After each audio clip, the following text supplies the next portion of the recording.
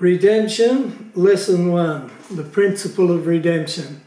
We've come to this wonderful doctrine of redemption, and we're going to start off just by looking at this word redemption and getting an idea of what it means and what it's about. This word redemption is a comprehensive word both in the Hebrew and also in the Greek, and so there's a fairly wide range of meaning to this word redemption, and we need to try and get a handle on that right from the start. In the Hebrew there are two words which in English are translated redemption, two Hebrew words, and they are Strong's Hebrews 1353, and it's from 1350, and you can look these up in your Strong's. And the second one is Strong's Hebrew 6306 from 6299. And it would pay you just to get your Strong's and have a look at these words as we go through them. In many ways, these two Hebrew words have very similar meanings, but they have a different emphasis, and it's important that we get this clear in our mind right from the start. 1353 has to do with the redemption of land and belongings, anything that belongs to a near kinsman. To find an example of this in the scriptures, we look at Ruth and Boaz, and actually as the doctrine develops we will look at Ruth and Boaz and see this matter of the redemption of land and belongings from a near kinsman. And then 6299 has to do with paying a price for a ransom for someone's life, a ransom paid to obtain their release from some form of captivity. And so we're getting a thought in our mind immediately when we get to look at this word redemption, the idea of ransom and to release from captivity, the idea of slavery in fact. And so we've got the general meaning of buying back a life that is forfeit.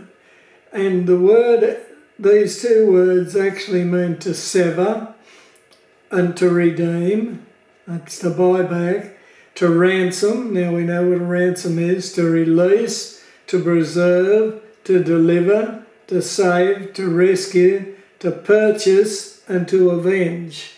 Now every part of that is important as we come to think of it, and so just look at that again: to sever, to redeem, to ransom, to release, to preserve, to deliver, to save, to rescue, to purchase, to avenge. And so it's a wonderful word, redemption. And that's the first thing I want us to understand, that it's a wide-ranging word and it's a wonderful word. There's a lot of good things involved in redemption. When we come to the New Testament, in the Greek we have four words which are translated redemption. And I want you to learn these words and get them clearly in your mind. They're very important words in the plan of God's plan of redemption. The first one is Strong's Greek 59, and it's agorazo, and then Strong's Greek 1805, and it's ex-agorazo. So naturally those two words are related. The third one is Strong's Greek 3084, and it's latrue. And the fourth one is Strong's Greek 629, and it's apolatrosis. And so those two words are obviously related. And there's also another very important Greek word which is translated purchase in the English. Now, if you look up where we looked at the meaning of the Old Testament words, and we saw that to purchase was a part of it, Well, in the Greek, to purchase is a part of this doctrine too. And there's this other word which is translated purchase in English, but it's used on one very important occasion in Acts 2:28. And we'll come to it later in the lessons. And it's with reference to atonement. And it's speaking of an act of redemption. And so that's another word. And that word is Strong's Greek 4046, and it's parapoio. And so we've got these 5 words. Let's look at each one of them individually and try and get a handle on them, because it's very important that we do understand the differences between them, and also that we understand the message that each one of them brings to us. So Strong's Greek 59, agorazo. And I'll keep saying these words, they'll come up and they'll come up, particularly when we come to the fulfillment of the doctrine and we come to the New Testament, we'll constantly come to these words. So get them in your head and in your mind so that you've got a handle on them. Agorazo, it means to purchase in the marketplace. Now, it's to purchase in the slave market of sin. That's the marketplace that it's talking about. This word is used to describe the believer, someone being saved, being purchased in the slave market of sin and set free from the bondage of sin. So it means to purchase in the slave market, right? And to set free from the bondage. Then we've got Strong's Greek 1805, ex agorazo, which comes from agorazo 59. Now this is a compound word. It's ex, which means out or out of, and agorazo, to purchase. So it simply adds to agorazo the idea of removing from or out of the slave market altogether. This word teaches us that the believer is not only purchased in the slave market of sin, agorazo, but is taken out of the slave market of sin, out of the slave market altogether. He is no longer a slave to sin, and the slave master, the devil, can never hold him in the slave market again. A wonderful word, isn't it? A wonderful word. And then we have number 3, Strong's Greek 3084, latrue. This word comes from the Greek word luo, and it means to loose. Now, it can be used in a wide variety of ways. It can be used for loosing clothes, of freeing animals that are tied up, or freeing a prisoner, anybody or anything that is loosed, set free. It's usually connected with a ransom being paid as a condition of release, right? So it means to release on receipt of a ransom. Now that's how we define the meaning of this word, to release on receipt of a ransom. It's actually about paying the ransom price, right? The payment of the price. And from that word, latrue, we have the next one, Greek 629, which is apolatrosis. It's also from the Greek luo. It's a compound word, apo, and it means from, and latrue, to release on receipt of a ransom. So this word gives the idea of being saved out or saved from sin, being saved from the devil, being saved from the slave market, being saved from the law, being saved from the punishment, the guilt. This is another marvellous word for us who are saved. It means that the devil has no hold on us. We are no longer in the slave market. We are no longer under the law. We're no longer looking forward to punishment. No longer do we have to carry the guilt. These are wonderful words when we see them in practice in our lives. And then the last one, Strong's Greek 4046, parapoio. And it literally means to keep safe, to preserve, and also to gain possession of and to keep for oneself. So it's a more of a personal sort of a word, and it means to keep safe or to preserve, and to gain possession of and to keep for oneself. So let's try and get a handle on this concept of redemption in practice. A person is kidnapped. Now we know what it is to be kidnapped. And the kidnapper demands a ransom, and then the ransom's paid and the person is released. Now technically they have been redeemed, and that's one aspect of this word, to be redeemed. So have that in your mind. That's one of the aspects of it. And then this is another aspect of it. We need money. And we own a valuable watch. We take the watch to the pawnbroker and he takes the watch, and in exchange he gives us money. If we come back to him in a certain time and if we pay the stipulated price, he will give our watch back. When we pay this price to buy our own watch back, we are redeeming it. When you go to a moneylender, a pawnbroker, he will give you a redemption document, and you bring that back and you pay your money and you redeem whatever it was you pawned. Now, we understand this very well. It's very common in our culture. It's common in most cultures throughout the world, this idea of pawning. We call it pawning and redeeming.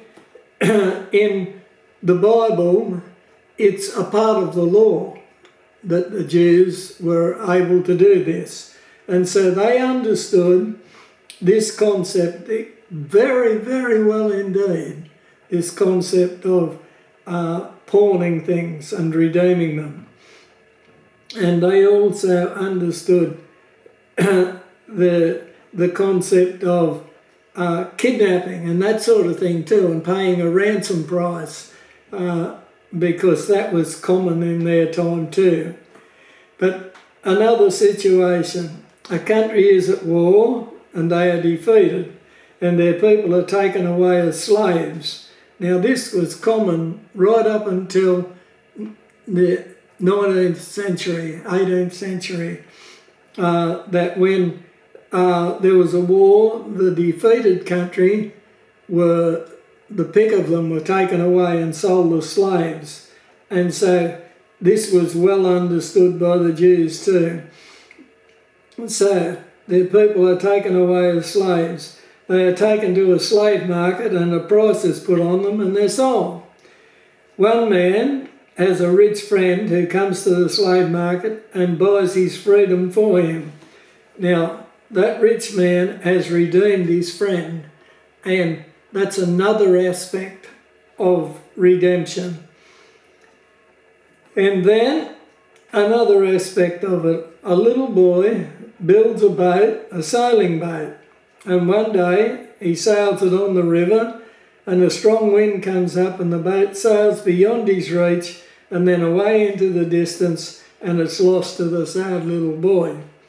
Sometime later, as he walks down the street, he sees his very own little boat in the window of the second-hand shop. So he rushes into the shop and he claims the boat as his own. He says to the shopkeeper, "That's my boat." Now, does the shopkeeper give it to him? No, he certainly doesn't. The shopkeeper refuses to let him have it and tells him that if he wants it, he will have to buy it at the designated price. And so the sad little boy leaves, but he's determined to have his boat back, So he works and he saves until at last he has the money. Then he goes to the shop and he buys his own boat back. Now when he finally walks out of the shop with the boat in his possession, he says, "Now you are twice mine. I made you, so you are mine, and I bought you, so you are twice mine." Now this is a true picture of redemption as the Bible teaches it. This is the picture of redemption that we're going to look at mostly as we look at this doctrine. So we see that redemption has to do with paying a stipulated price to buy back a life or an object. But how is this doctrine incorporated into the scriptures? Well, in Genesis 1:26 to 28, God made man. We'll just read that. Genesis 1:26 to 28. And God said, "Let us make man in our image, after our likeness, and let them have dominion over the fish of the sea, and over the fowl of the air, and over the cattle, and over all the earth, and over every creeping thing that creepeth upon the earth." So God created man in his own image. In the image of God created he him, male and female created he them. And God blessed them, and God said unto them, "Be fruitful and multiply, and replenish the earth, and subdue it, and have dominion over the fish of the sea, and over the fowl of the air, and over every living thing that moveth upon the earth." So God made man in his own image. And why did God make man? Well, let's have a look at Revelation 4:11. Revelation 4:11.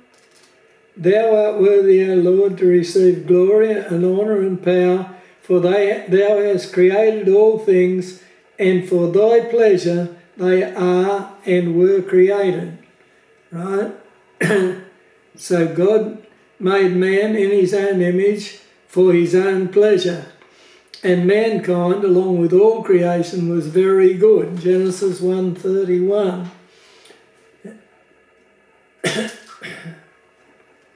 "And God saw everything that he had made, and behold, it was very good. And the evening and the morning were the sixth day." Right. So man, by virtue of the creative act, belonged reasonably, logically, and rightfully to God. Now, I want us to get this fact clear in our mind right from the start. Man, by virtue of the creative act, belonged to God.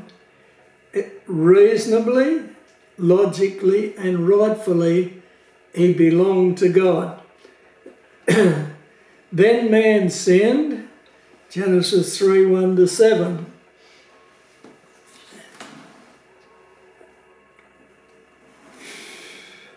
By a deliberate act of rebellion against God, mankind was severed from God. The relationship with God was destroyed. Communion was lost, and man was now afraid of God. Genesis 3:10 tells us that when God came and looked for Adam in the garden, Adam and Eve hid themselves. And when God said to them, "Why are you hiding themselves?" they said, "We were afraid." And they were afraid because they had sinned. And so, by a deliberate act of rebellion against God, mankind was severed from God. But there was much more than this. With this deliberate act of rebellion, mankind fell into sin. Now, let's not get the idea that when I say he fell into sin, that it was an accident, that he was going along and somehow he stumbled and fell into sin. It was a deliberate act of rebellion against God.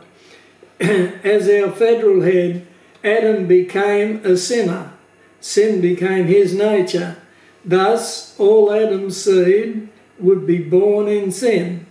Inherent in all those born of Adam would be this sin nature. So mankind would not be sinners because they sin. They would sin because they by nature are sinners.